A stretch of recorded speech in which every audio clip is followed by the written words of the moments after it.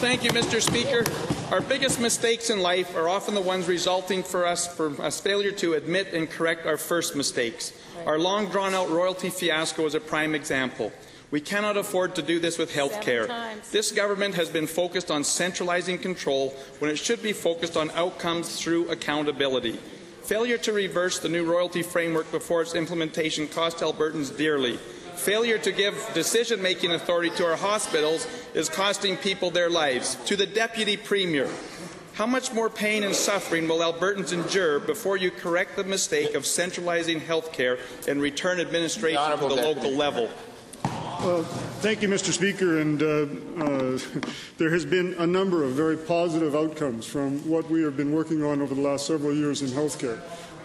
Not the least of which is having a living laboratory to increase the results from research and as well to increase the delivery mechanisms that we have for patients in Alberta. So, Mr. Speaker, I don't agree with the honourable member. The honourable member. Wrong answer, too.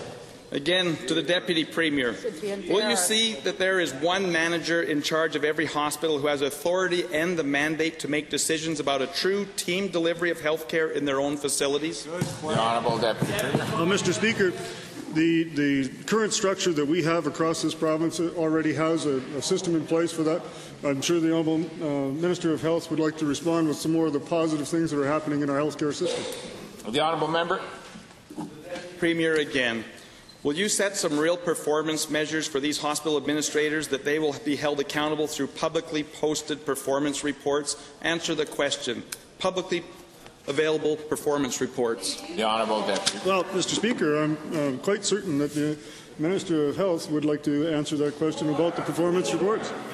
Thank you very much, Mr. Speaker. I've indicated in this House, and I'll indicate it again, that we have the 5-year funding commitment. The 5-year action plan is coming out very soon, and the companion piece to that will be specific performance measures. Secondly, I've already sent a directive to Alberta Health Services after speaking with them and so on to make sure they understood what I was asking for to get exactly what the honourable member is looking for. Some public reporting on a per individual site basis of EIPs and other numbers relative to emergency care.